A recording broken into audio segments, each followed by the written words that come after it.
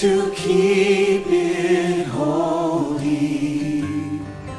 Selamat pagi dan selamat hari Sabat kepada semua yang mendengar kebaktian online pada Sabat ini. Sabat ini merupakan Sabat pertama kuartal kedua 2021. Bersama dengan saya, Pastor Bruce, akan memimpin kebaktian online kita pada Sabat ini. Kita akan memulakan sesi sekolah Sabat dengan lagu puji-pujian yang akan dipimpin oleh Saudari Molly dan Pastor Delton. Dan seterusnya kita akan mendengar berita mission yang akan disampaikan oleh Saudari Ratna. Cerita kanak-kanak pula pada Sabat ini akan dikendalikan oleh pelayanan kanak-kanak Vision Sarawak. Ringkasan Cornerstone pula akan disampaikan oleh Pastor Howard Eni.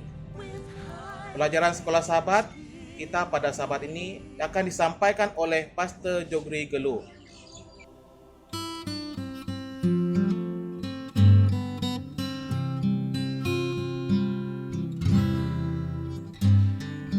Kasih yang sempurna telah ku terima darimu, bukan karena kebaikanku, hanya oleh kasih karuniamu. Kau pulihkan aku, layak aku untuk dapat memanggilmu Bapa. Kau beri yang ku pinta, saat ku mencari ku mendapatkan. Ku ketuk pintumu dan kau bukakan, sebab kau Bapa-Ku, Bapa yang kekal. Takkan kau biarkan aku melangkah hanya sendirian. Kau selalu ada bagiku, sebab kau Bapa-Ku, Bapa yang kekal.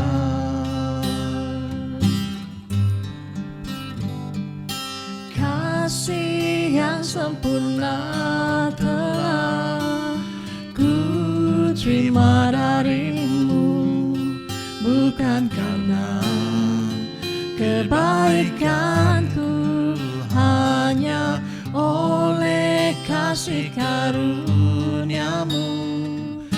Kau pulihkan aku, layakkan ku untuk dapat memanggilmu Bapa. Kau beri yang ku pinta, saat ku mencari ku mendapatkan. Ku ketuk pintumu dan kau bukakan, sebab kau Bapa-Ku, Bapa yang kekal.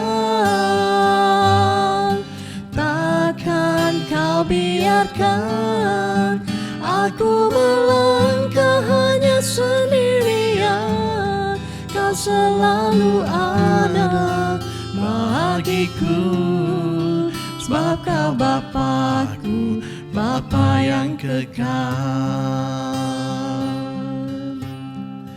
Sebab kau Bapa-Ku, Bapa yang kekal.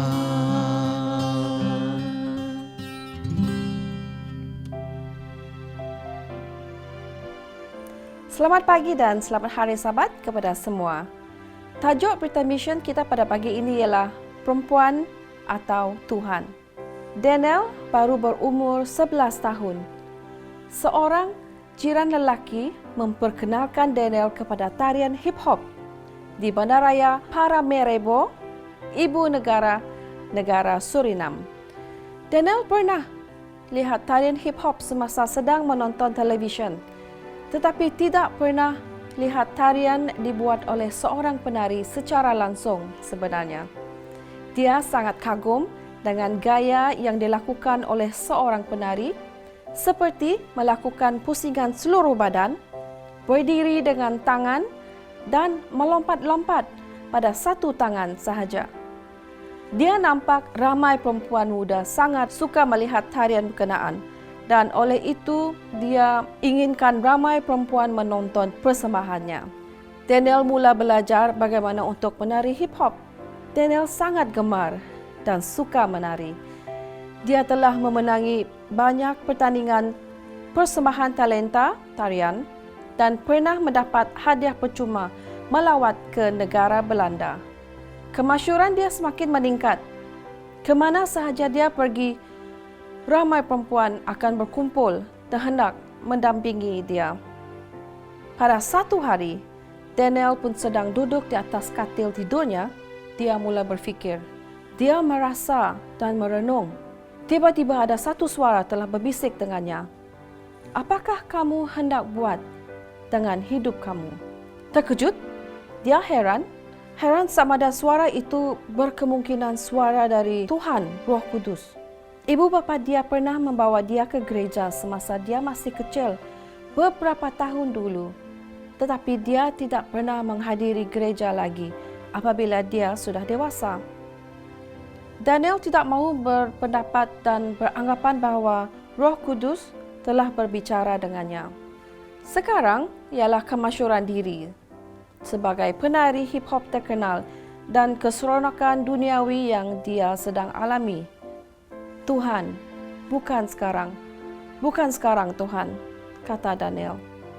Dia berazam untuk terus menari sehingga dia sudah berusia tua dan tidak dapat lagi untuk bekerja. Barulah dia akan pergi ke gereja. Daniel mula mengalami mimpi-mimpi ngeri setiap malam, di mana dalam mimpi-mimpi tersebut, dia telah diserang oleh setan dan roh-roh jahat. Pada satu malam, dia bermimpi mengenai kedatangan kali kedua Yesus Kristus. Dia nampak Yesus menggunakan pakaian yang putih di atas awan-awan. Dunia sedang terbakar oleh api dan manusia sedang berlari-lari bertempiaran dan berteriak ketakutan. Beberapa tahun pun berlalu. Pada umur 19 tahun, Daniel pun berpindah tempat dan menumpang tinggal dengan keluarga saudara maranya yang bukan orang Kristen. Kerana dia sedang menuntut di sebuah college. Pada suatu hari dia nampak satu DVD yang bertajuk Kebenaran Mengenai Tarian Hip Hop di atas meja. DVD itu adalah dari sebuah pelayanan Kristen. Dia agak terkejut melihat benda kepunyaan orang Kristen di dalam rumah orang bukan Kristen. Siapakah yang membeli DVD ini? Dia tanya saudaranya. Saya tidak tahu, jawab saudaranya. Semua orang dalam rumah tidak tahu siapa yang bawa DVD itu ke dalam rumah mereka. Daniel pun mula menonton DVD berkenaan dan dia sangat terkejut dengan apa yang dia dengar mengenai tarian hip hop. DVD itu menerangkan bahawa hip hop itu berkaitan dengan pembunuhan, keganasan dan kegiatan pengambilan dadah yang bahaya. Dia pun mula bingung. Hip hop nampaknya ada kaitan dengan pemikiran dan kegiatan setan dan roh-roh jahat. Daniel berfikir, saya tidak suka pada itu. Saya fikir hip hop hanya sebuah tarian hiburan dan nyanyian untuk keseronokan orang muda-muda dan cara mendapat ramai kawan perempuan. Adakah kamu akan meninggalkan tarian ini oleh kerana panggilan itu? Kata satu suara. Adakah kamu ingin meninggalkan uang, kemasyhuran, perempuan-perempuan cantik dan keseronokan? Sambung suara itu. Pilih Yesus, kamu akan selamat. Kata satu suara lagi. Hanya Yesus sahaja jalan menuju kebahagiaan yang kekal dan jalan keselamatan.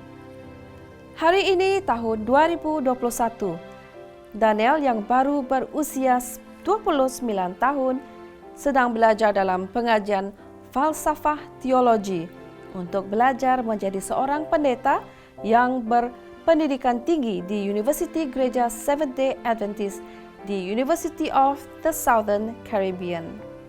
Dia juga panggil dirinya seorang evangelis Facebook.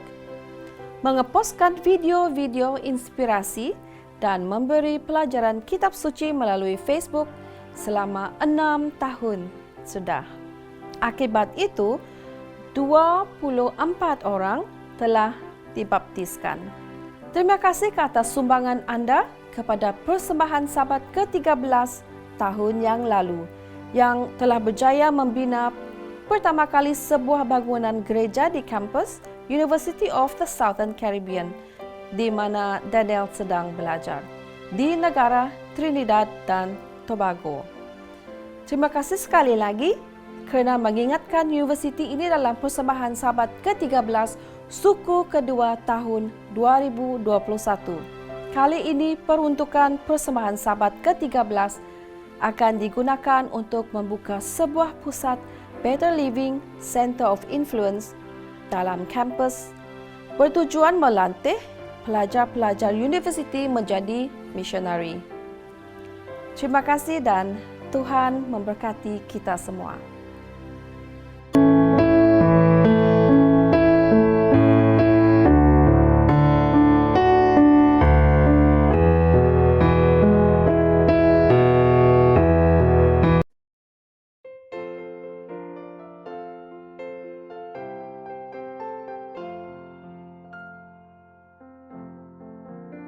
Pada zaman Yesus, para pendiri dan rabi mengajarkan bahawa Anda hanya perlu mengampuni seseorang sebanyak 3 kali. Katakan Anda berlari untuk memberitahu kawan Anda sesuatu dan Anda secara tidak sengaja terpijak kaki rabi itu. Aduh, sakitnya, tetapi rabi itu mengatakan saya mengampuni engkau. Tanpa disengajakan sekali lagi Anda terpijak kakinya. Aduh, sakitnya, tetapi rabi itu tahu tentang peraturan tersebut lalu dia mengatakan saya mengampuni engkau. Sementara Anda membalik untuk pergi, Anda membuat kesalahan yang sama sekali lagi. Cepat-cepat Anda memohon maaf dan sekali lagi dia mengatakan saya mengampuni engkau. Anda tahu bahwa Anda telah sampai ke had pemberian keampunan dengan rabi itu.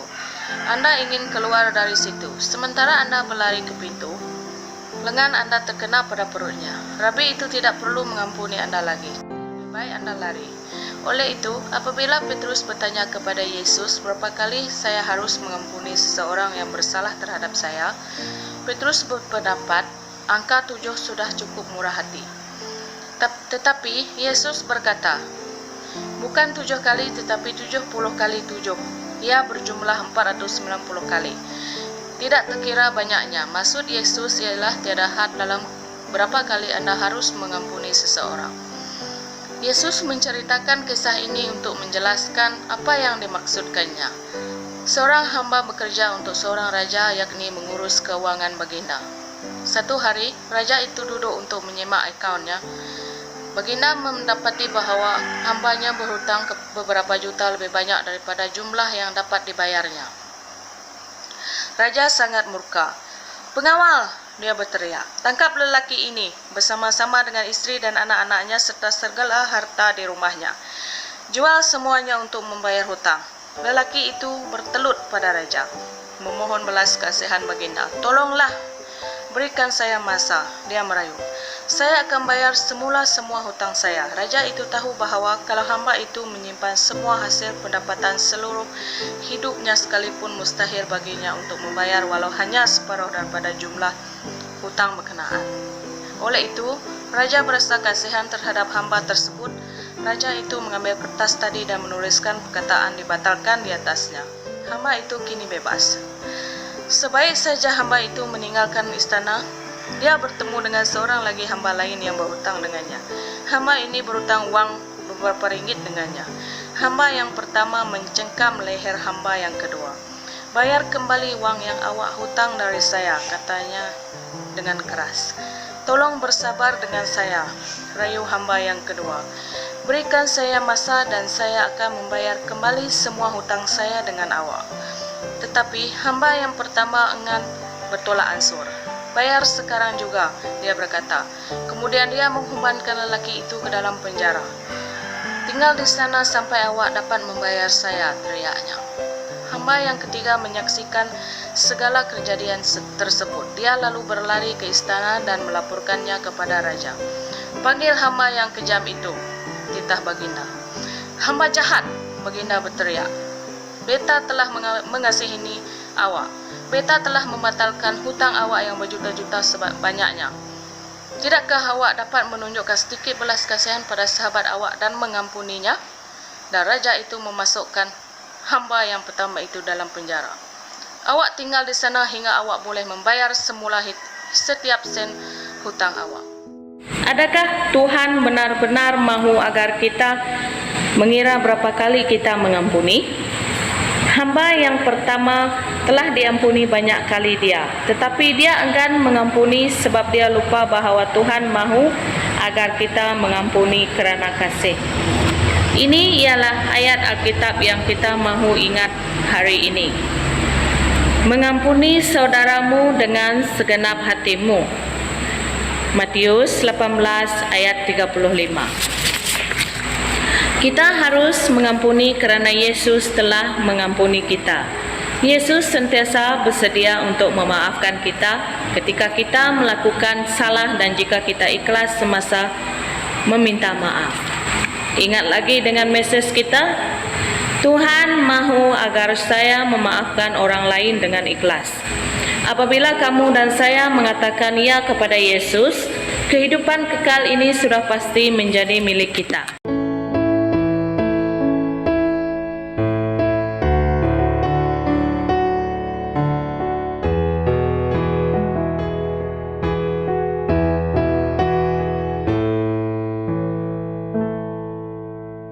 Shalom dan selamat hari Sabat, saudara-saudari yang dikasihi di dalam Yesus Kristus. Sekarang kita akan mendengarkan ringkasan pelajaran Cornerstone yang pertama di dalam kuartal yang kedua tahun 2021 yang bertajuk Datang dan Lihat. Dari kupasan cerita buku Yohanes pasal keempat ayat ke-7 hingga ke ayat yang ke-42. Nah, menurut ayat hafalan kita di dalam buku Yohanes 4 ayat 28 hingga 30 mengatakan, "Maka perempuan itu meninggalkan tempayannya di situ, lalu pergi ke kota dan berkata kepada orang-orang yang di situ, 'Mari lihat, di sana ada seorang yang mengatakan kepadaku segala sesuatu yang telah ku perbuat. Mungkinkah dia Kristus itu?' Maka mereka pun pergi keluar kota, lalu datang kepada Yesus." Saudara-saudari, menurut pelajaran Cornerstone kali ini, kita mempelajari kisah tentang pertemuan Yesus dan seorang perempuan Samaria di sebuah telaga air. Nah, menurut buku Kerinduan Segala Zaman, muka surat 195 berkata demikian, "Segera sesudah ia mendapat juru selamat, wanita Samaria itu membawa orang-orang lain pula kepada Yesus. Ia membuktikan dirinya seorang pengabar Injil yang lebih cekap daripada murid-murid Tuhan sendiri. Murid-murid itu tidak melihat suatu apapun di Samaria yang menandakan bahwa tempat itu adalah ladang untuk mengundang harapan. Pikiran mereka ditujukan kepada suatu pekerjaan besar yang akan dilaksanakan di kemudian hari. Mereka tidak melihat bahwa justru di sekeliling mereka ada sebuah panen yang harus dikumpulkan. Akan tetapi dengan perantaraan wanita Samaria yang mereka benci itu, seluruh penduduk kota dibawa untuk mendengarkan juru selamat. Amin. Saudara-saudari, fokus besar pelajaran pada sesi kali ini berarah kepada respon perempuan Samaria setelah bertemu dengan Yesus di sebuah telaga air. Ini merupakan sebuah pertemuan yang janggal, yang tidak sepatutnya berlaku. Karena pada zaman Yesus, orang Israel tidak bergaul dengan orang Samaria. Bahkan berbicara kepada mereka pun tidak seharusnya. Namun Yesus tetap ingin berbicara dengan perempuan Samaria tersebut. Nah, melalui pertemuan ini kita tahu bahwa perempuan Samaria tersebut mengalami sebuah transformasi di dalam kehidupan rohaninya. Ketika perempuan Samaria itu akhirnya yakin dan sadar dengan siapakah dia sedang berbicara, dia menjadi teruja karena dia telah menemui Mesias, Sang Juru Selamat. Nah, segera dia pergi lalu meninggalkan Yesus dan memberitakan dan membawa ramai teman-teman yang lain untuk bertemu dengan Yesus, dan ramai pada masa itu percaya kepada Yesus dan mereka sekaligus telah bertemu dengan Sang Juru Selamat. Saudara-saudara, apakah yang kita pelajari daripada pelajaran kali ini?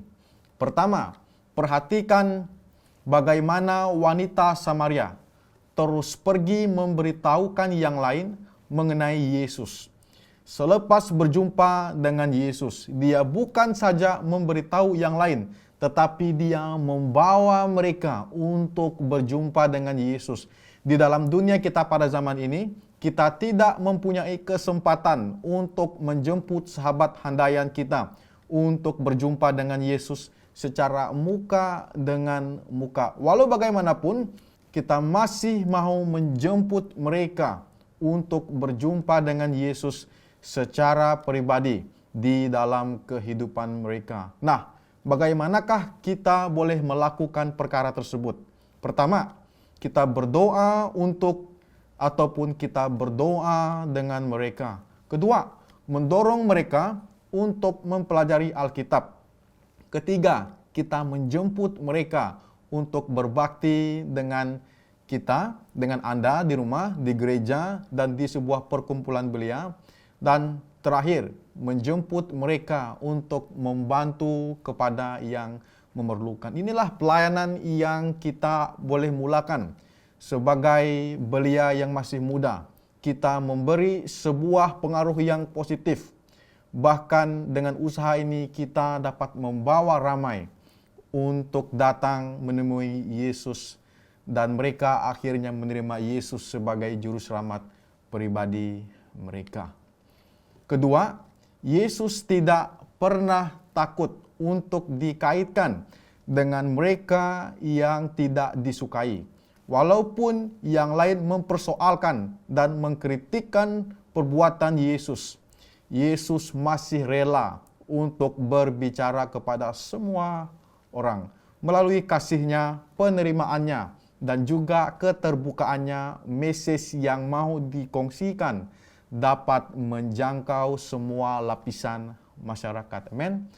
Saudara-saudari, kesimpulan daripada pelajaran Cornerstone pada kali ini mengatakan tiap murid yang sejati dilahirkan ke dalam kerajaan Tuhan sebagai seorang pengabar Injil.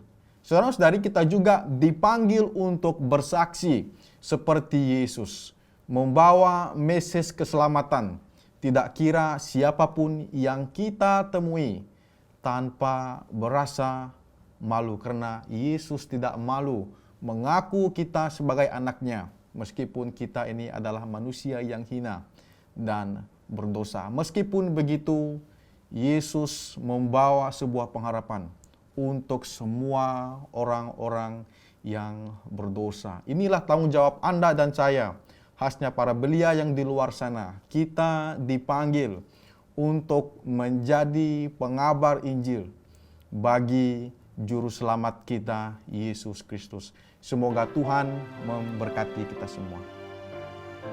Salam bertemu kembali di dalam ringkasan Sekolah Sabat pada minggu ini. Jadi di dalam ringkasan Sekolah Sabat pada minggu ini ianya bertajuk apakah yang telah berlalu. Jadi bermaksud apa yang telah berlalu pada Sabat yang pertama, yaitu di kuartal yang kedua tahun 2021.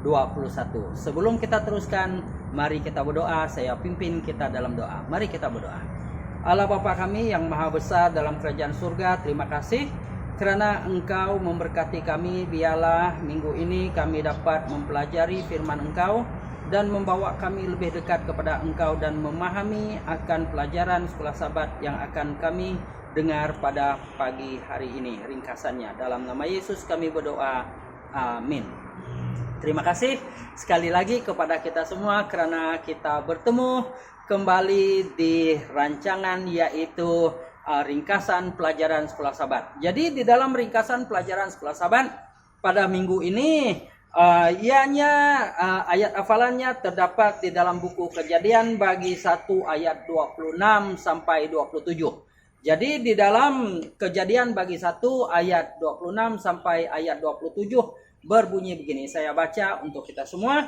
Ianya, baiklah kita menjadikan manusia menurut gambar dan rupa kita. Maka Tuhan mencipta manusia itu menurut gambarnya, menurut gambar Tuhan diciptanya, dia laki-laki dan perempuan diciptanya mereka. Jadi kalau kita lihat daripada ayat hafalan itu menunjukkan bahwa yang mencipta kita adalah Tuhan. Tapi kalau kita lihat marilah kita. Jadi ditekankan sini Tuhan itu seakan-akan banyak plural di sini. Sebabnya dia katakan dan rupa kita. Jadi rupa kita itu bermaksud bagaimana Tuhan itu ianya kalau kita mengikut ajaran Kristen kita memikirkan bahwa Tuhan itu adalah Tritunggal, yaitu tiga, yaitu Allah Bapa, Allah Anak dan Roh Al-Kudus. Tetapi yang kita bincangkan di sini adalah Tuhan itu mencipta kita manusia dan ianya mencipta kita sempurna. Menurut gambar Tuhan itu diciptakannya kita laki-laki dan perempuan. Jadi bermaksud kita ini bukan dicipta daripada seperti apa yang digembar-gemburkan oleh teori-teori evolusi yang mengatakan bahwa kita ini datang daripada monyet, daripada keturunan kera. Tetapi kita dicipta oleh Tuhan itu sendiri. Jadi dari situ ada sesuatu yang menyedihkan kita, ada di kalangan kita di dunia ini yang memikirkan bahwa kita ini dicipta bukan daripada Tuhan, bukan dicipta dari tangan Tuhan, tetapi kita ini dicipta daripada sesuatu yang semula jadi, yang dicipta daripada Big Bang. Ada yang orang mengatakan bahwa dunia kita ini dicipta daripada sesuatu yang beralaskan imajinasi kita manusia, tetapi tidak beralaskan Alkitab. Jadi dengan itu terperincinya Allah menciptakan kita manusia begitu dahsyat sekali. Kenapa? Karena Tuhan mencipta semua ciptaannya daripada hari yang pertama sampai pagi hari yang ke-6 itu, yaitu hari Jumat. Kalau kita lihat, Tuhan menyebut saja semua barang terjadi. Kalau kamu ingat Tuhan mengatakan baiklah jadilah pokok. Semua jenis pokok terjadi. Pokok durian, sedangkan pokok durian saja pun sudah bermacam-macam jenis pokok durian. Kalau kamu sebutkan rambutan lagi, kalau kamu sebutkan mangga lagi, banyak-banyak jenis. Tetapi Tuhan hanya sebut saja semua itu terjadi. Sampai kepada Tuhan mencipta binatang yaitu pada hari yang ke-6. Jadi hari yang ke-6 adalah hari Jumat, juga Tuhan menciptakan sesuatu itu dan ianya terjadi bergantung begitu saja. Terjadi begitu. Tetapi semasa Tuhan mencipta kita manusia, ianya tidak begitu. Tuhan turun ke bawah, dia mengolah kita daripada tanah liat. Dia membentuk rupa kita manusia begitu. Tetapi itu pun belumnya terjadi makhluk hidup. Belum jadi makhluk hidup. Sebab ianya hanya sekadar tanah liat, sekadar patung saja. Tetapi selepas Tuhan menghembuskan nafas hidup ke dalam lubang hidung tanah liat ini, barulah manusia itu apa? Manusia itu hidup, manusia itu bergerak dan menjadi namakanlah Tuhan patung ini yang bergerak ini dinamakan Adam ataupun Adamah. Karena apa? Karena kita dicipta daripada tanah. Jadi sumber itu juga diciptanya bukan saja Adam, tetapi Tuhan melihat semua ciptaannya yang lain, binatang, yaitu berpasangan. Di sana Tuhan terus mencipta juga seorang penolong bagi Adam. Bukan kuli, bukan pekerja, bukannya sesuatu yang tidak berharga, tetapi Tuhan mencipta seorang yang serupa dengan Adam, tetapi dari segi bentuk fisikal yang agak lain sedikit, organ yang agak lain sedikit. Dan dihembus Tuhan nafas ke lubang hidungnya juga, dan dinamakannya manusia yang satu lagi ini dinamakannya Hawa, yaitu perempuan. Jadi bermaksud di dalam kehidupan kita, Allah mencipta kita manusia ini menurut gambarnya. Jadi kalau kamu lihat, kamu bayangkan bahwa kalau Tuhan itu mencipta kita cacat, maka cacatlah juga Tuhan. Tetapi Tuhan mencipta kita dengan sempurna. Kalau kamu lihat di setiap setiap penciptaan, hari itu di hujung hari penciptaan itu Tuhan mengatakan baik. Daripada hari yang pertama sampai hari yang keenam, yaitu hari Jumat. Tetapi semasa Tuhan mencipta manusia, Tuhan tidak mengatakan baik, tetapi Tuhan mengatakan sangat baik. Kenapa? Karena rupa kita ini dicipta oleh Tuhan menurut rupanya sendiri.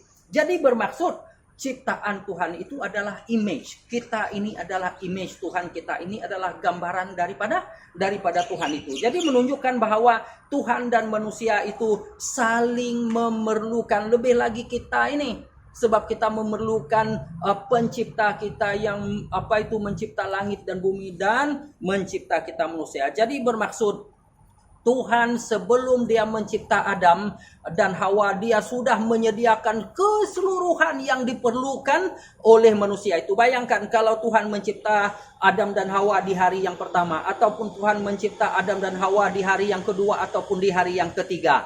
Apa yang terjadi kepada manusia? Apa yang terjadi kepada binatang pada masa itu? Adakah binatang ada makanan ataupun manusia ada makanan? Tidak. Tetapi pada mulanya Tuhan mencipta langit dan bumi, Tuhan menciptakan air dan tanah, dan Tuhan menciptakan siapa? Tuhan menciptakan ikan dan seterusnya. Begitulah yang terbaik sekali Tuhan mencipta kita. Kenapa? Tuhan mencipta kita sesudah dia menciptakan semua sesuatu. Tuhan baru mencipta kita manusia karena memerlukan ada makanan, ada air untuk diminum, dan ada semuanya. Jadi itu Tuhan begitu dengan teliti membawa kita. Tetapi yang menyedihkan adalah pencobaan yang tidak dapat dihindari oleh Hawa itu. Kenapa? Karena Tuhan mengatakan semua buah daripada pohon-pohon di taman ini engkau boleh makan, tetapi engkau tidak boleh makan satu saja. Itu pun Hawa tidak dapat Tidak dapat menyediakan diri, tidak dapat menghindari daripada itu, sehingga Hawa terjebak dan Adam juga menuruti, dan mereka berdua jatuh ke dalam dosa. Jadi menunjukkan walaupun mereka jatuh ke dalam dosa daripada memakan buah larangan itu, tetapi Tuhan masih juga menyediakan Menyediakan peluang dan ruang untuk Adam dan Hawa, untuk kita manusia mendekatkan dia, untuk mendekatkan juru selamat kita. Jadi bermaksud biarlah kita sama-sama mengingatkan Tuhan di dalam kehidupan, memberi ruang dan peluang untuk kita merapatkan diri, mendekatkan diri kepada Sang Pencipta kita. Jangan kita memutuskan hubungan, walaupun hubungan ini diputuskan oleh oleh dosa itu, tetapi Tuhan daripada hari penciptaannya yang pertama, dia sudah ada sesuatu, yaitu plan kedua dan plan ketiga. Kalau manusia itu jatuh, Tuhan menyediakan siapa? Untuk merapatkan hubungan itu, Tuhan menyediakan Yesus Kristus untuk kita, yaitu penebusan kita. Benar terjadi 2000 lebih tahun yang lalu, Yesus mati di kayu salib di Bukit Golgota untuk menebuskan kamu dan saya, untuk membayar, untuk melunaskan hutang dosa kita itu, sehingga kita menjadi menjadi anak-anak Tuhan yang terbaik. Jadi biarlah pada ringkasan sekolah Sabat ini akan membawa kita mengerti bahwa janji Tuhan itu adalah janji yang baik, yang patut kita pegang erat, dan biarlah kita menjadi anak-anak Tuhan dan menjadi berkat kepada orang lain. Tuhan memberkati kita semua. Mari kita berdoa. Allah Bapa kami yang Maha Besar dalam kerajaan surga, terima kasih kerana Engkau memberi ruang untuk kami mendengar firman Engkau, dan juga dalam ringkasan sekolah Sabat bahwa janji Engkau bahwa Engkau adalah yang mencipta kami manusia, dan Engkau telah menolong kami membayar hutang dosa kami lunas di kayu salib. Terima kasih Tuhan atas berkat, terima kasih atas mendengar dan menjawab doa kami. Kami layangkan doa ini dalam nama Yesus yang menjadi juru selamat dan penebus kami. Amin.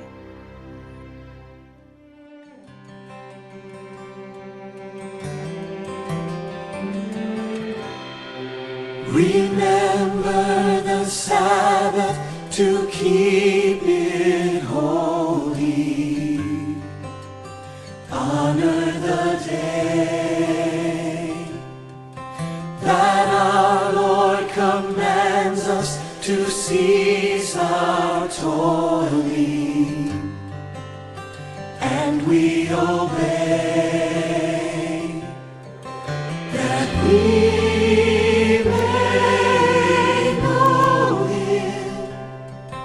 and learn His patient ways, keeping the Sabbath holy in all our days.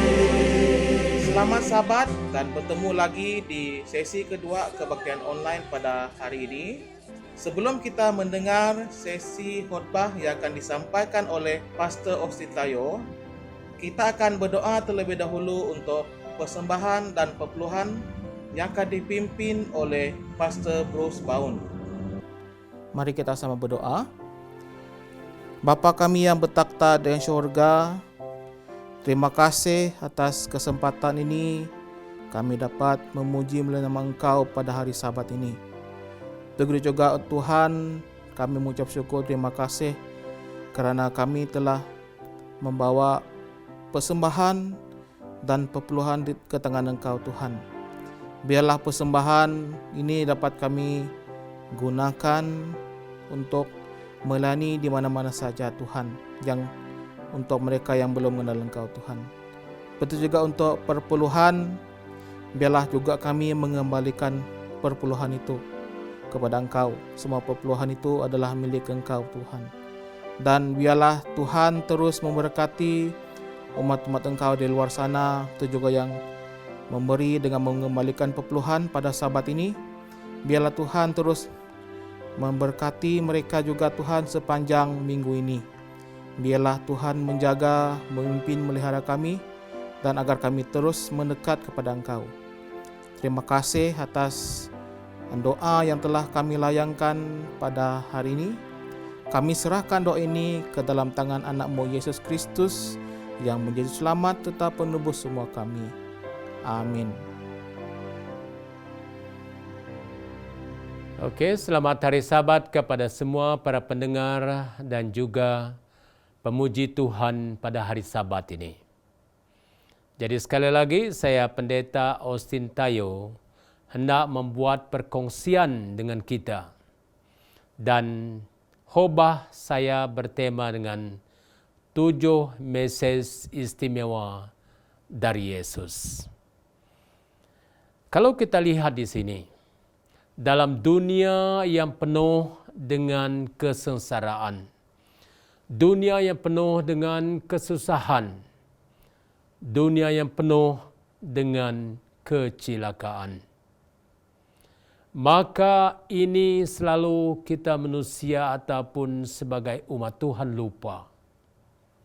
Di mana pada pagi ini, dalam 7 mesej ini yang istimewa ini dari Yesus Kristus, saya akan membuat perkongsian pertama, yaitu untuk memperingatkan kita apakah tujuan Tuhan dalam kehidupan kita.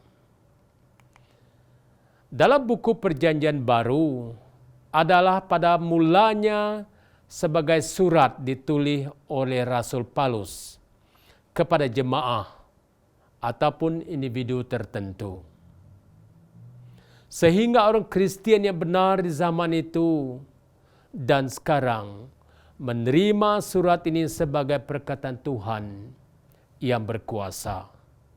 Salah satu daripada suratnya yaitu buku Wahyu. Kenapa buku Wahyu ini penting untuk kita dan untuk semua orang yang percaya? Sebab dia mengatakan buku Wahyu adalah salah satu daripada buku-buku dalam perjanjian baru membawakan nama Yesus. Dan ini jelas oleh karena buku ini bertajuk Wahyu Yesus Kristus. Dan kalau kita lihat, di dalam buku Wahyu dimulakan dengan 7 surat khas dari Yesus kepada 7 jemaah. Dan surat ini adalah surat cinta, nasihat khas langsung dari Yesus. Dan mesej di dalamnya amat berkait rapat dengan kita di zaman modern ini. Dan sesudah sepatutnya diberikan perhatian dan respon kepada yang terbaik daripada kita. Sebelum itu mari kita berdoa.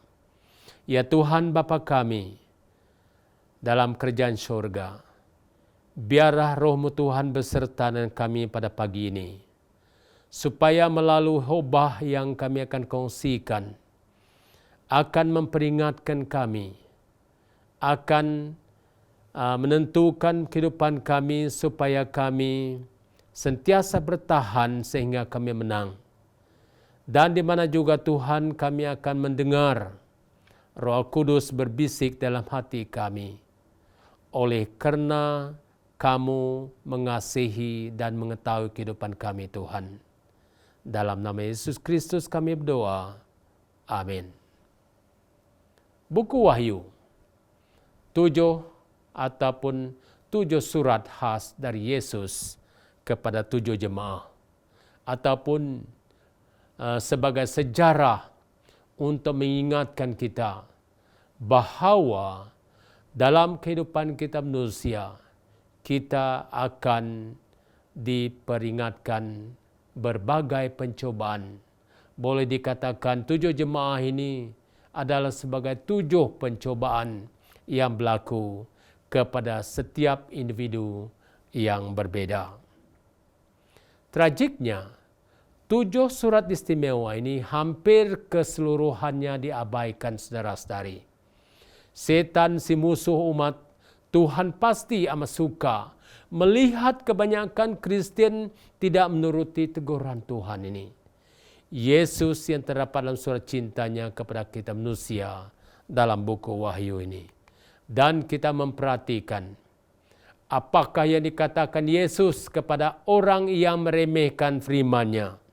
Ini amaran Yesus. Pertama dia mengatakan, Wahyu 22 ayat 18 mengatakan begini. Jika seorang menambahkan sesuatu kepada perkataan ini, maka Allah akan menambahkan kepadanya malapetaka yang tertulis di dalam kitab ini. Keduanya kita lihat. Wahyu 22 ayat 19 yang mengatakan, dan jikalau seorang mengurangkan sesuatu dari perkataan-perkataan dari kitab nubuat ini, maka Allah akan mengambil bahagiannya dari pohon kehidupan. Jadi amaran ini adalah yang terkeras sekali yang Tuhan berikan kepada kita manusia, kepada orang yang meremehkan firman-Nya. Jadi saudara-saudari, ingat kita dalam 2 perkara ini. Pertama yaitu menambah, kedua yaitu mengurangkan. Dalam penambahan ini di mana dia mengatakan malapetaka akan ditambahkan. Dalam kekurangan ini bermakna Tuhan akan mengambil bahagian pohon kehidupan dalam kehidupan manusia. Jadi artinya saudara-saudari, mengingatkan kita di sini, seluruh tulisan dalam buku Wahyu adalah penting. Tidak ada yang boleh dikurang ataupun ditambahkan untuk menjadikannya lebih baik dalam kehidupan kita. Itu sebab buku scroll, yaitu scroll Yesaya ini menerangkan kepada kita bagaimana permulaan dosa ini dan bagaimana Tuhan mengingatkan kita apabila kita diselamatkan nanti hidup di dalam dunia yang baru ini. Dan apabila dia mengingatkan kepada kita di mana surat Yohanes ini kepada gereja ataupun jemaah di Asia ini, kita memperhatikan dalam Wahyu bagi 1:4 dia mengatakan dari Yohanes kepada 7 jemaah yang kecil di Asia ini.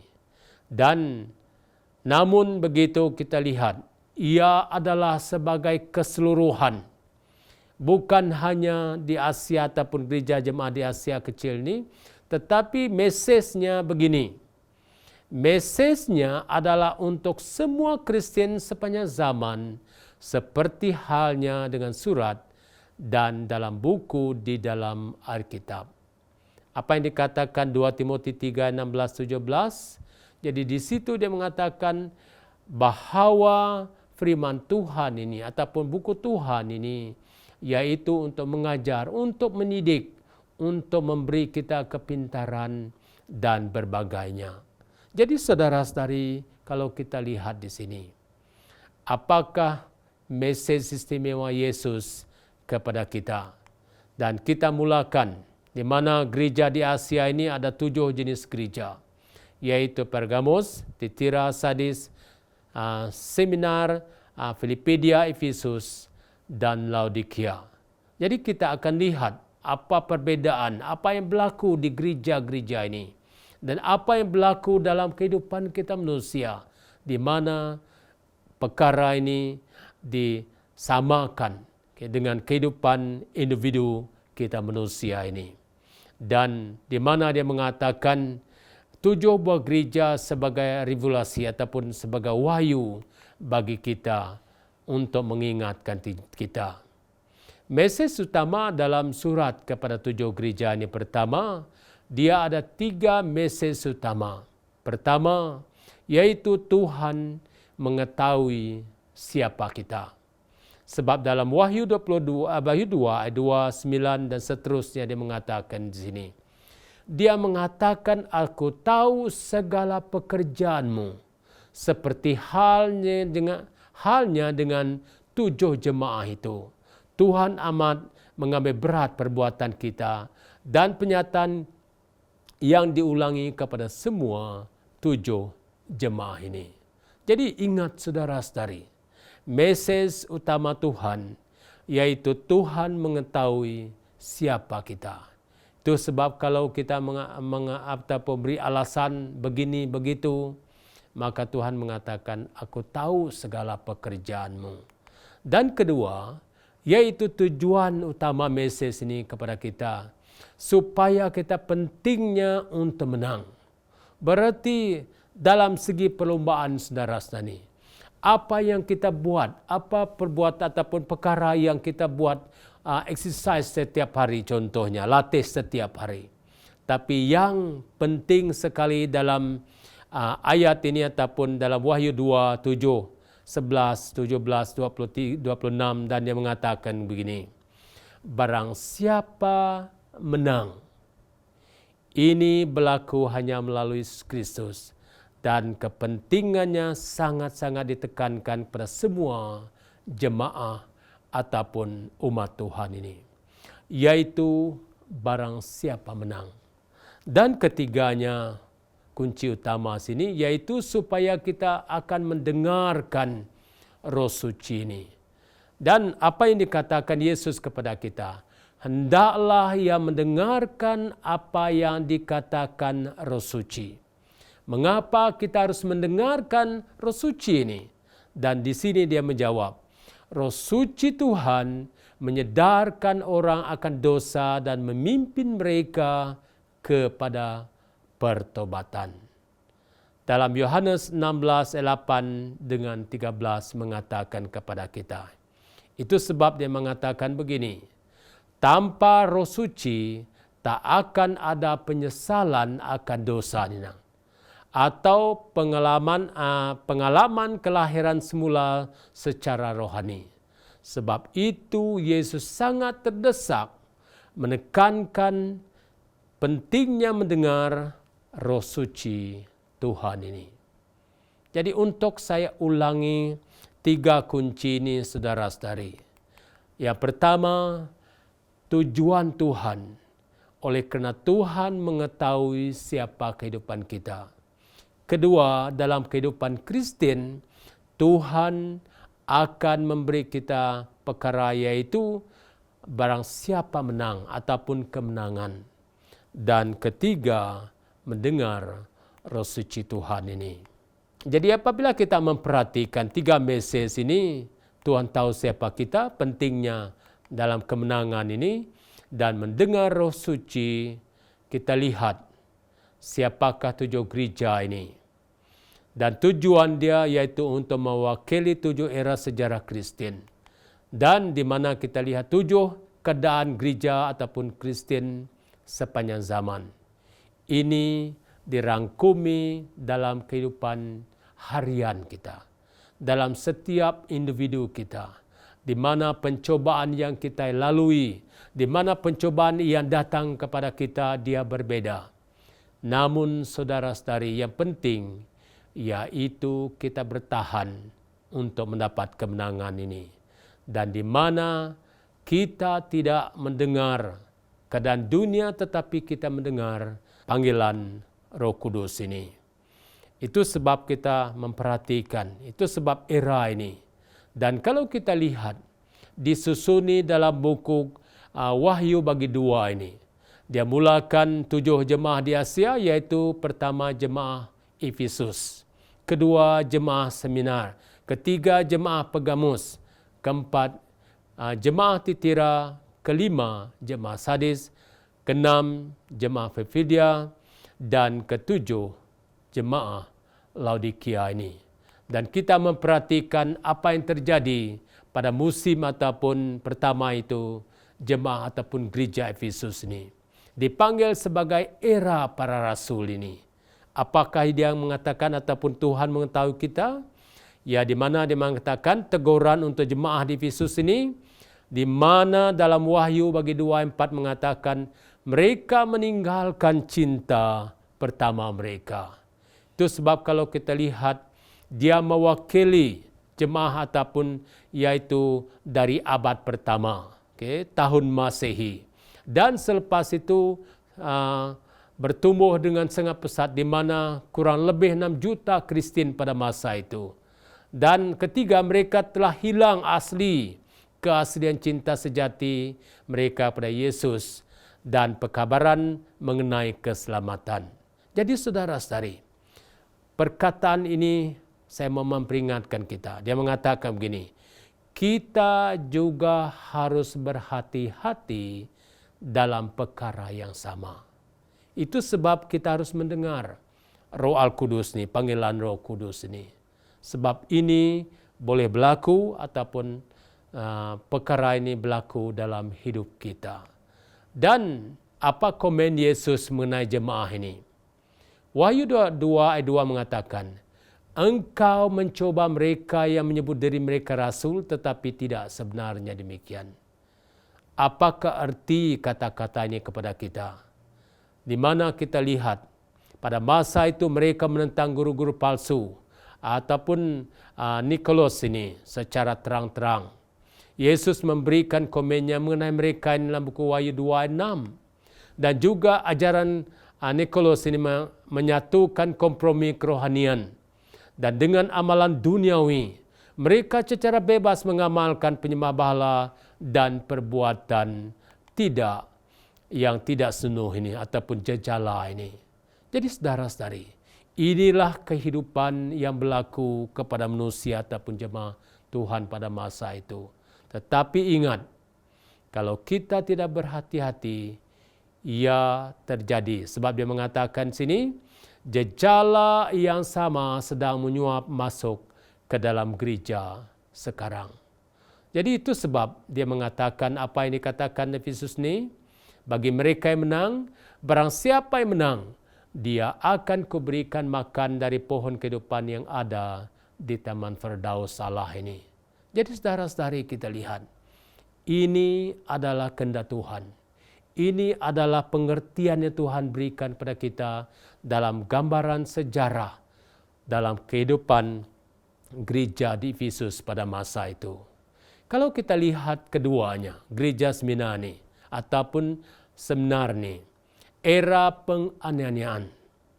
Dan apa dorongan Yesus untuk jemaah pada masa itu? Dia mengatakan dalam Wahyu 2 ayat 10 mengatakan, hendaklah engkau setia sampai mati, dan aku akan mengurniakan kepadamu mahkota kehidupan. Saudara-saudari, kamu dan saya akan melalui hidup era penganiayaan ini. Itu sebab dalam kehidupan Kristen, bahwa pencobaan, penganiayaan ini tidak sama. Namun kalau kita setia kepada Tuhan, maka kemenangan demi kemenangan. Dan apabila ataupun dalam sejarah ini mengatakan, Smirna mewakili jemaah dalam sekitar 100 tahun ataupun tahun Masehi hingga kepada 313 tahun Masehi. Inilah zaman ketakutan karena penganiayaan dan ramai yang mati. Itu sebab dia mengatakan Emperor Roma berusaha menghapuskan ini. Dan apa yang dikatakan di sini kita lihat saudara-saudari. Dalam jemaah Smirna ataupun Smirna ini mengatakan hanya Tuhan yang tahu berapa banyak anak-anaknya telah dipancung, dibakar, diberikan singa dan dibunuh dengan pedang. Apa yang kita harus buat saudara-saudari? Bagaimana pemikiran kita pada masa ini? Kalaulah kamu dan saya berada di masa itu. Sebab ini akan berlaku. Dan dia mengatakan, jemaah dalam era ini hidup dekat dengan Tuhan. Tidak ada teguran untuk mereka, hanya kata-kata penghiburan oleh Yesus Kristus kita lihat. Jadi saudara-saudari kita lihat, bahwa era ini mengajar kita. Bahwa era ini supaya kita berbalik, supaya kita dekat kepada Tuhan. Karena dia mengatakan begini, janji untuk gereja ini, semua orang mati mesti mati kematian pertama. Tetapi ada kebangkitan dari kematian pertama itu. Kematian kedua adalah kematian untuk yang sesat di dalam api. Dari kematian ini tiada kebangkitan. Jadi ayatnya yaitu dalam Ibrani 9 ayat 27.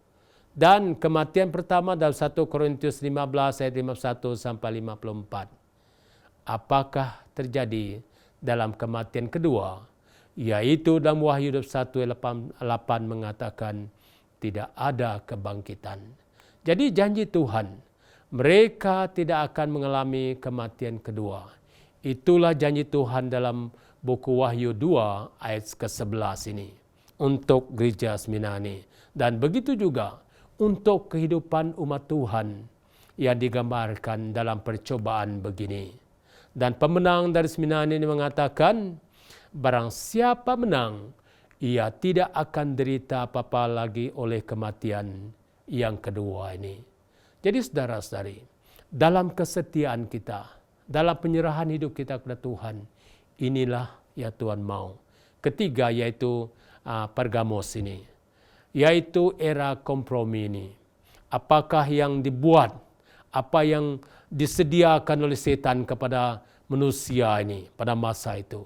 Dan di sini dia mengatakan dalam era kompromi ini, dia mengatakan setan menyerang Pergamos melalui ajaran-ajaran palsu. Wahyu 2, 14, 15. Dan contohnya seorang lelaki, Balaam ataupun sekumpulan orang Nikolaitan ini. Jadi pada masa itu kita lihat, terjadi dalam gereja ataupun rangkuman gereja pada abad ke-4, ke-5, ke-6. Ia ada era ini disokong oleh negeri dan kompromi. Konstantin Maharaja Rom dan seluruh tentera beliau telah dibaptiskan dan menyertai gereja. Iblis tidak boleh memusnahkan gereja oleh penganiayaan. Jadi dia merosakkan melalui populariti dan amalan duniawi. Itu sebab kalau kita lihat di mana gereja sudah memasuki ajaran pagan ataupun kafir ini. dan amalan dan kepercayaan pagan datang ke dalam gereja. Jadi saudara-saudari, di mana kita lihat tahun kekeliruan, itu juga berlaku untuk hidup kita. Di mana kamu dan saya dikelirukan.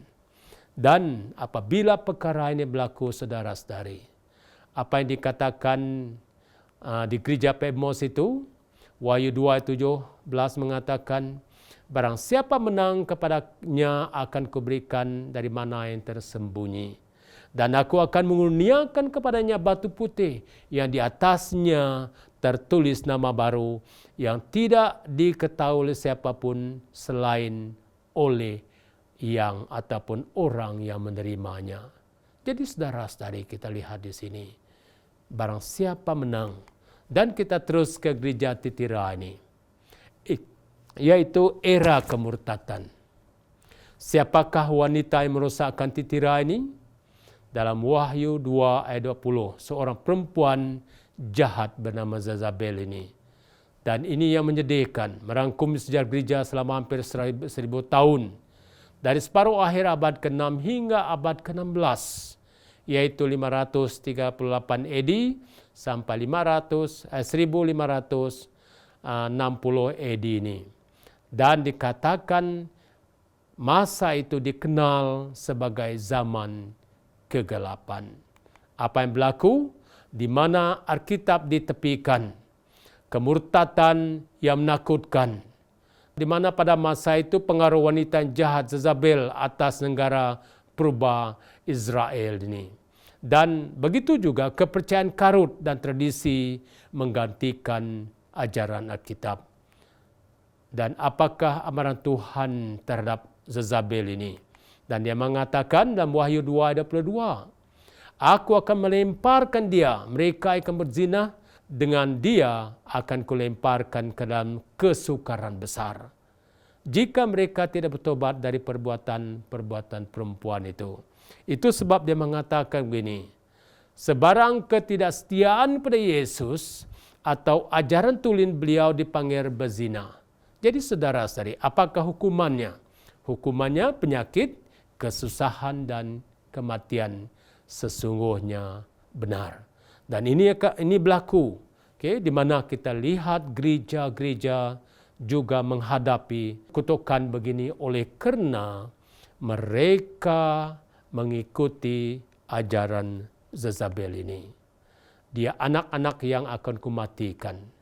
Jadi siapakah orang lain yang tidak menurut ajaran ini? Kalau kita lihat, disebut kepada kita Wahyu 22 ayat 24. Tetapi kamu, yaitu orang-orang lain di Titira yang tidak mengikuti ajaran itu, dan yang tidak menyedihkan apa yang mereka sebut selok-belok iblis, kepada kamu akan kuberkata, aku tidak mau menanggungkan beban lain kepadamu. Jadi ini janji Tuhan. Itu sebab nama-nama mereka terkenal. Contoh Wycliffe, Huss, Jerome, Luther, Zwingli, Calvin, Knox, dan berbagainya. Dan apakah janji Tuhan untuk mereka ini? Barang siapa menang dan melakukan pekerjaanku sampai kesudahannya, kepadanya akan kukurniakan kuasa atas bangsa. Dalam Wahyu 2 ayat 26 menyatakan, yaitu pemenang di gereja Titira itu, ataupun umat pada musim Titira, ataupun umat yang mengikuti jejak Tuhan pada masa yang lalu dan juga pada sekarang. Kita lihat seterusnya dalam gereja Sardis ini. Era reformasi ataupun Protestan. Apakah perkataan menonjol yang menghuraikan Sardis ini? Wahyu 3:1 mengatakan engkau hidup dan engkau mati. Ini bermakna Yesus ingin menunjukkan bahwa agama rasmi adalah tidak bernilai. Paulus menerangkan agama seperti mempunyai satu bentuk kesalehan tetapi menampilkan kuasanya. Itu sebab dalam 2 Timotius bagi 3 ayat 5 menunjuk kepada kita. Apakah terjadi yang berlaku di gereja Sardis ini mengikut Wahyu 3:2? Berwaspadalah dan mementapkanlah perkara yang kekal dan bersedia untuk mati.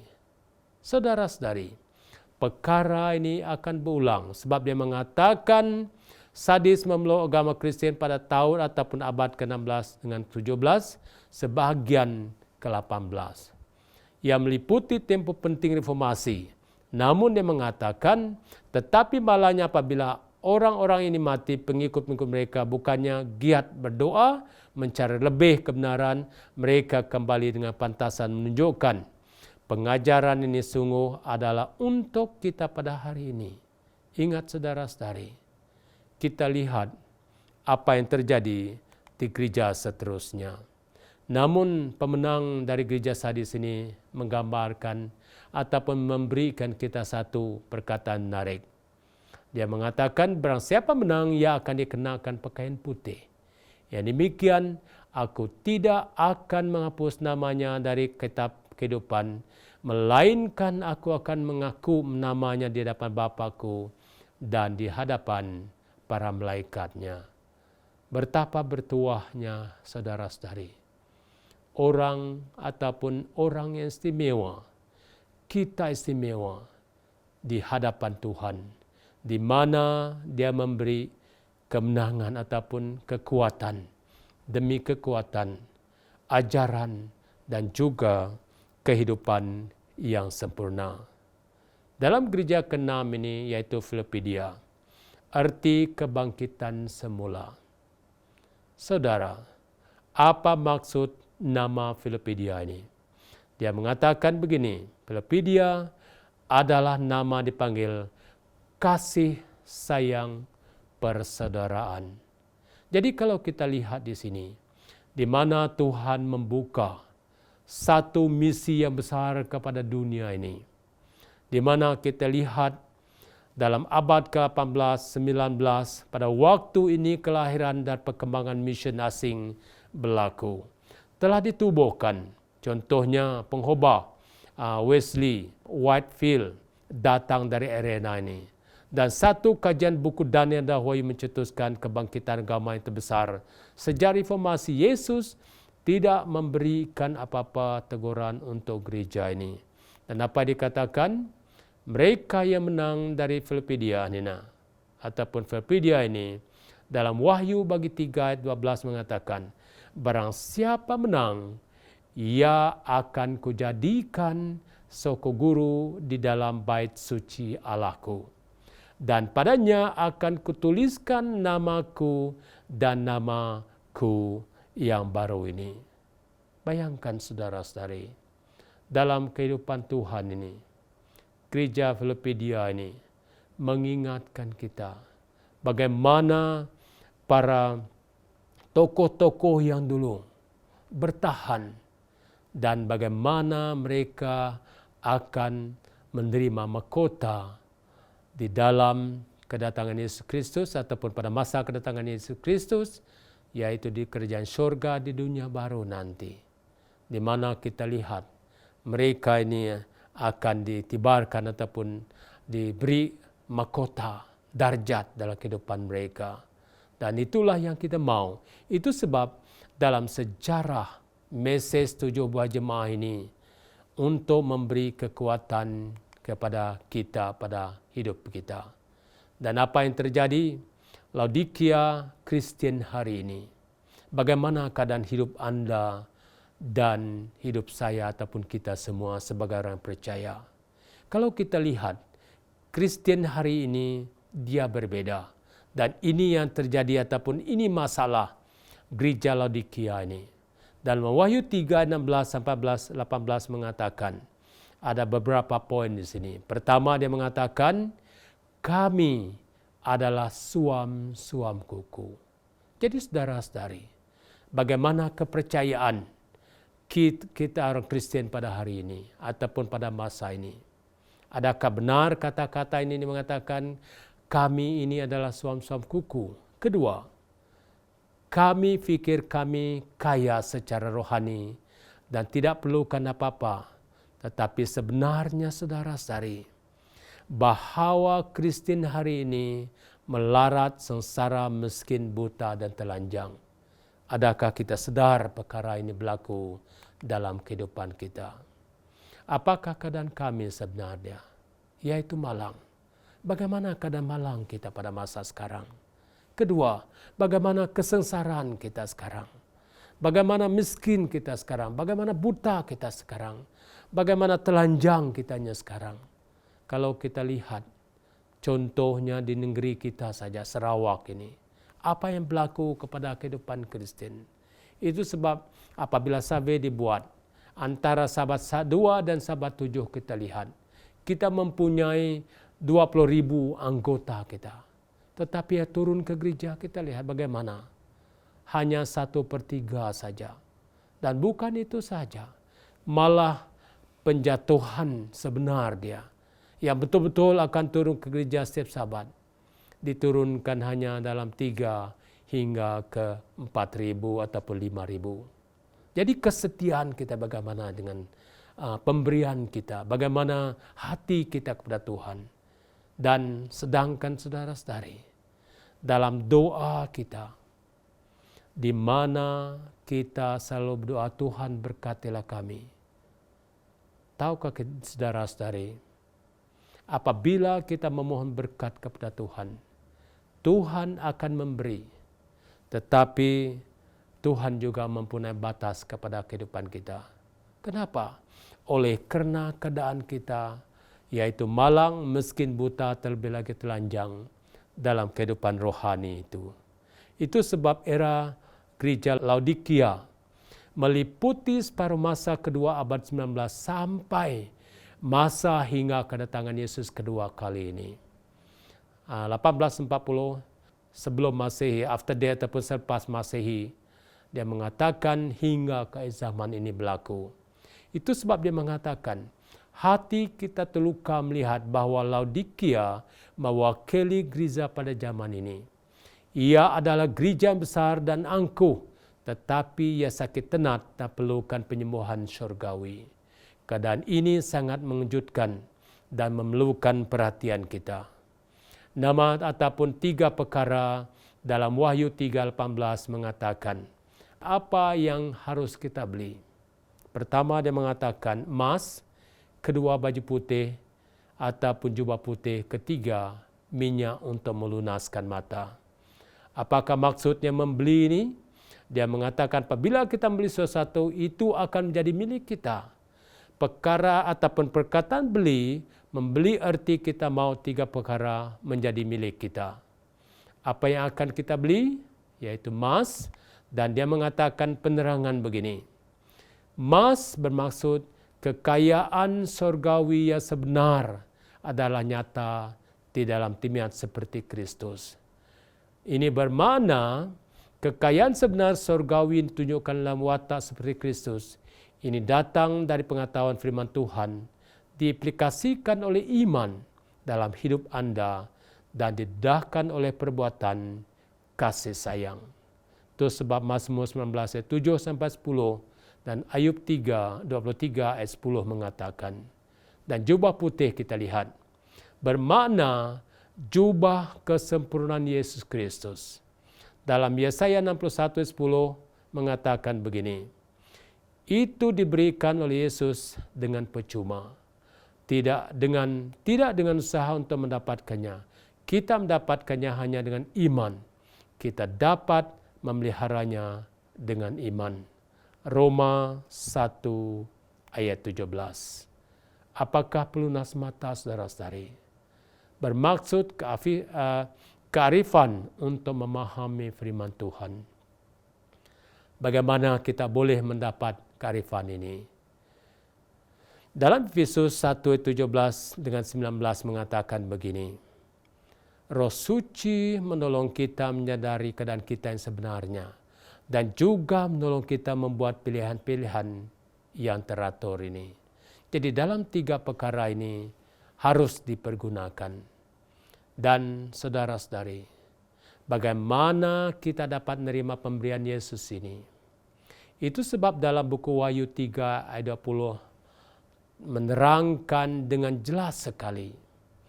Lihat, aku berdiri di muka pintu dan mengetuk. Kalau ada orang mendengar suaraku dan membuka pintu, aku akan masuk menemui dia. Aku akan makan bersama-sama dengan dia dan ia makan bersama-sama dengan aku.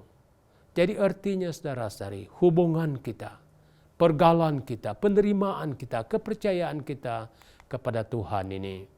Itu sebab dia mengatakan, bukalah pintu hati kita dan benarkanlah saya masuk dalam hati kamu.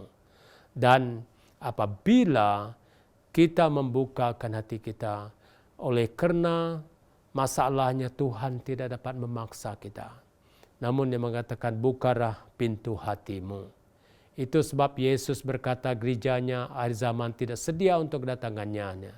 Nasihatnya itu dalam Wahyu 3 sungguh hebat. Bagaimanapun dia masih ada banyak yang diperkatakan. Dalam bab ke-19 dari buku Wahyu. Dan berapa dari nasihat itu agak mengejutkan, bahkan amat mengejutkan disebabkan itu adalah nasihatnya. Saya inginkannya bagaimana dengan Anda ini. Adakah Anda sedia untuk menerima pemberian Yesus? Dan ini dikatakan pemenang dari gereja Laodikia. Wahyu 3:1 mengatakan, barang siapa menang, ia akan kududukkan bersama-sama dengan aku di atas takhtaku. Sebagaimana aku pun telah menang dan duduk bersama-sama dengan Bapakku di atas takhtanya. Untuk mengulangi segala 7 buah gereja ini. Pemenang di Efesus, ia akan kuberikan makan dari pohon kehidupan di Taman Firdaus. Pemenang dari gereja seminar, ia tidak akan derita apa-apa lagi kematian kedua. Pemenang dari gereja Pergamos, mengurniakan kepadanya batu putih yang di atasnya tulis nama baru. Pemenang dari gereja Tiatira, kepadanya kukurniakan kurnia atas bangsa atau kuasa atas bangsa-bangsa. Pemenang di Sardis, ia akan dikenakan pakaian putih demikian. Aku tidak akan menghapuskan namanya dari kitab kehidupan. Pemenang di Filadelfia, Wahyu 3:12, dan padanya akan kutulis nama Allahku, nama kotaku yaitu Jerusalem baru. Dan pemenang di Laodikia, ia akan kududukkan bersama-sama dengan aku di atas takhtaku. Jadi saudara-saudari, tujuan ataupun realiti umat Tuhan sepanjang zaman, yaitu selalunya kita mereka ataupun kita mempunyai kelalaian dalam kerohani. Ini memang benar saudara-saudari. Tapi segala gereja yang ditunjukkan kepada kita untuk mengingatkan kita apakah pemenang yang kita akan terima. Dan Tuhan tidak berkompromi saudara-saudari. Dengan kelalaian rohani kita, Tuhan secara langsung menegur kelalaian rohani kita. Jadi itulah tujuan Tuhan. Dan ketiga, Tuhan memberikan petunjuk bagaimana mereka dapat dipulihkan. Jadi bagaimana kita dapat dipulihkan. Dan keempat, Tuhan memberi janji berkat kepada mereka yang setia kepada nasihat dan tegurannya. Jadi ingat saudara-saudari, saya mau supaya kita sebagai orang yang percaya, orang yang mencari Tuhan pada pagi ini mendapat kemenangan. Dan kalau kita memperhatikan apakah para pemenang-pemenang ini. Jadi semoga Tuhan memberkati kita. Ingat saudara-saudari, Tuhan mengetahui kehidupan kita. Jadi dia mengetahui bagaimana keadaan kita. Kedua, Tuhan mau kita memiliki kemenangan. Dan ketiga, supaya Roh Al-Kudus ataupun kita akan mendengar panggilan Roh Kudus dalam kehidupan kita. Jangan sekali-kali menolak panggilan Roh Kudus. Sebab apabila kita menolak Roh Kudus ini, maka dosa kita tidak dapat diampuni. Semoga Tuhan memberkati.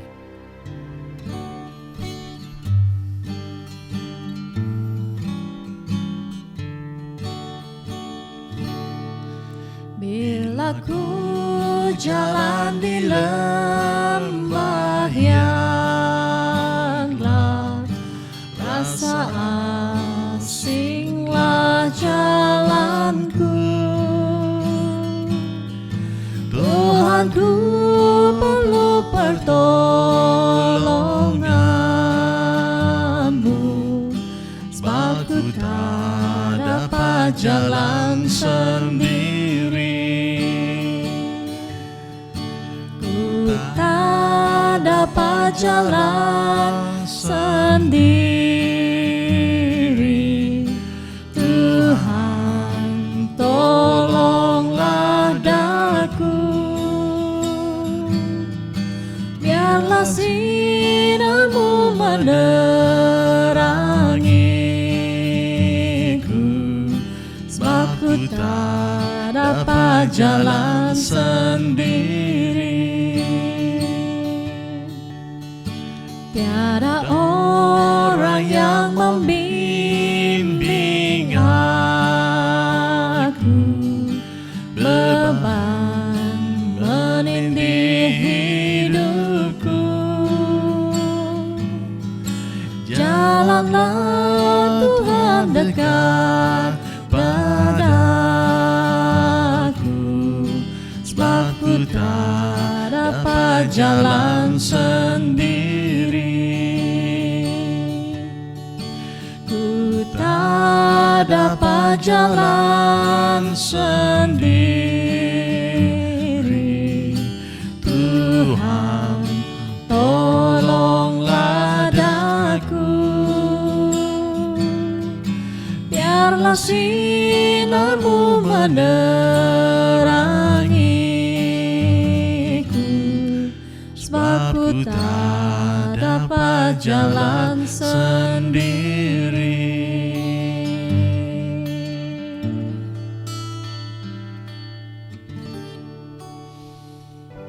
Mari kita berdoa, saya pimpin dalam doa. Ya Tuhan Bapa kami yang bertakhta dalam kerajaan surga, pada pagi Sabat yang indah ini, Kamu telah mengingatkan kami bagaimana keadaan jemaah ataupun gereja ini berlaku di Asia Kecil ini Tuhan. Di mana ini disamakan dengan kehidupan harian kami, individu kami dalam pencobaan, penggodaan. Namun Tuhan, oleh karena Kamu adalah Tuhan yang terbaik, Kamu adalah Tuhan yang menghidupkan kami, Kamu adalah Tuhan sebagai Sang Pencipta. Jadi Kamu Tuhan mempunyai kasih yang terbesar, sehinggalah Kamu muniakan anak-Mu untuk mati untuk kami manusia. Jadi Tuhan, agar dalam ajaran ini Tuhan, walaupun melalui kesengsaraan itu, kami tetap akan bertahan, yaitu untuk mendapat kemenangan kepada-Mu Tuhan. Begitu juga Tuhan, biarlah ajaran ini Tuhan, supaya kami jangan menolak panggilan Roh Kudus-Mu dalam kehidupan kami.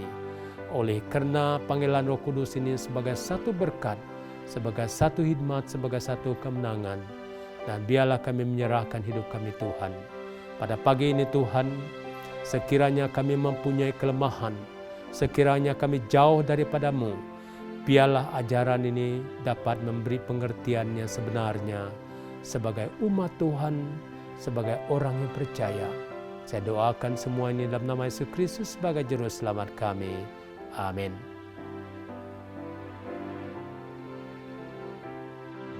Terima kasih kerana mengikuti kebaktian online pada Sabat ini. Semoga kita bertemu lagi dan Tuhan memberkati kita.